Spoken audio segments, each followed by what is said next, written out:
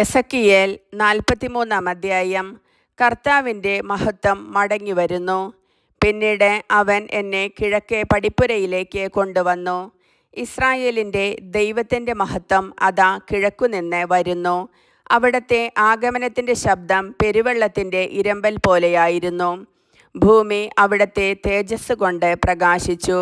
നഗരം നശിപ്പിക്കാൻ അവിടുന്ന് വന്നപ്പോൾ എനിക്കുണ്ടായ ദർശനവും കേബാർ നദീതീരത്ത് വച്ച് എനിക്കുണ്ടായ ദർശനവും പോലെ തന്നെയായിരുന്നു ഇപ്പോഴത്തേതും. ഞാൻ കമിഴ്ന്നു വീണു. കർത്താവിൻ്റെ മഹത്വം കിഴക്കേ പടിപ്പുരയിലൂടെ ദേവാലയത്തിൽ പ്രവേശിച്ചു. അപ്പോൾ ആത്മാവ് എന്നെ ഉയർത്തി ഉള്ളിലെ അങ്കണത്തിലേക്ക് കൊണ്ടുവന്നു. അതാ ദൈവമഹത്വം ആലയത്തിൽ നിറഞ്ഞു നിൽക്കുന്നു. ആ മനുഷ്യൻ അപ്പോഴും എൻ്റെ അടുത്തുണ്ടായിരുന്നു. അപ്പോൾ ദേവാലയത്തിനകത്തുനിന്ന് ആരോ എന്നോട് സംസാരിക്കുന്നത് ഞാൻ കേട്ടു. അത് ഇപ്രകാരമായിരുന്നു: മനുഷ്യപുത്ര, എൻ്റെ സിംഹാസനവും പാദപീഠവും ഇസ്രായേൽ മക്കളുടെ ഇടയിൽ ഞാൻ നിത്യമായി വസിക്കുന്ന ഇടവും ഇതാണ്. ഇസ്രായേൽ ഭവനം അവരോ അവരുടെ രാജാക്കന്മാരോ തങ്ങളുടെ വ്യഭിചാരം കൊണ്ടും രാജാക്കന്മാരുടെ മൃതശരീരങ്ങൾ കൊണ്ടും എൻ്റെ പരിശുദ്ധനാമം മേലിൽ അശുദ്ധമാക്കുകയില്ല. അവർ തങ്ങളുടെ ഉമ്മറപ്പടികളും വാതിൽപ്പടികളും എൻ്റെ ഉമ്മറപ്പടികൾക്കും വാതിൽപ്പടികൾക്കും അരികിൽ സ്ഥാപിച്ചു. അവർക്കും എനിക്കും ഇടയിൽ ഒരു ഭിത്തി മാത്രമേയുള്ളൂ. തങ്ങളുടെ മ്ലേച്ഛതകൾ വഴി എൻ്റെ പരിശുദ്ധനാമത്തെ അവർ അശുദ്ധമാക്കി. അതുകൊണ്ട് ഞാൻ അവരെ എൻ്റെ കോപത്തിൽ നശിപ്പിച്ചു. അവർ തങ്ങളുടെ അവിശ്വസ്തതയും രാജാക്കന്മാരുടെ മൃതശരീരങ്ങളും എന്നിൽ നിന്നും ദൂരെ മാറ്റട്ടെ.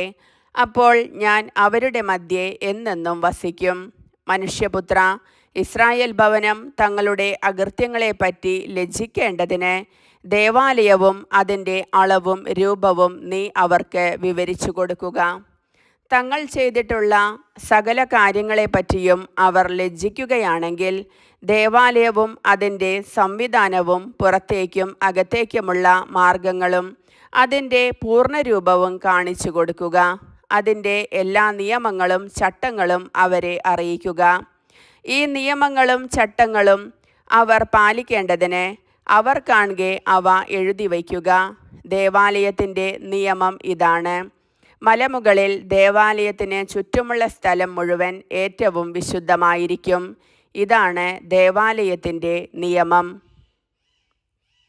ബലിപീഠം.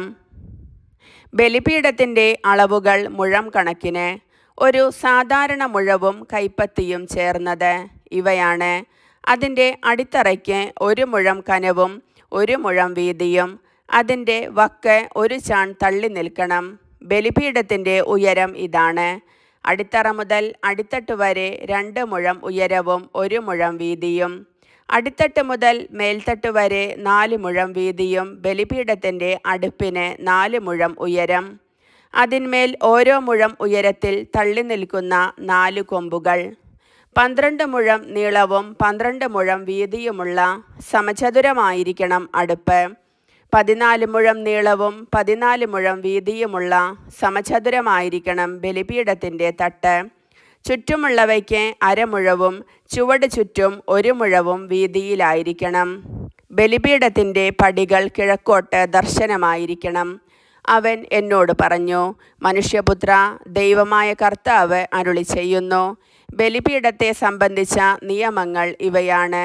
ദഹനബലിക്കും രക്തം തളിക്കലിനും വേണ്ടി ഇത് സ്ഥാപിക്കപ്പെടുന്ന ദിവസം എന്നെ ശുശ്രൂഷിക്കാൻ എന്നെ സമീപിക്കുന്ന സാദോക്കിൻ്റെ കുടുംബത്തിൽപ്പെട്ട ലേവ്യ പുരോഹിതർക്ക് പാപപരിഹാര ബലിക്കായി ഒരു കാളക്കുട്ടിയെ കൊടുക്കണം.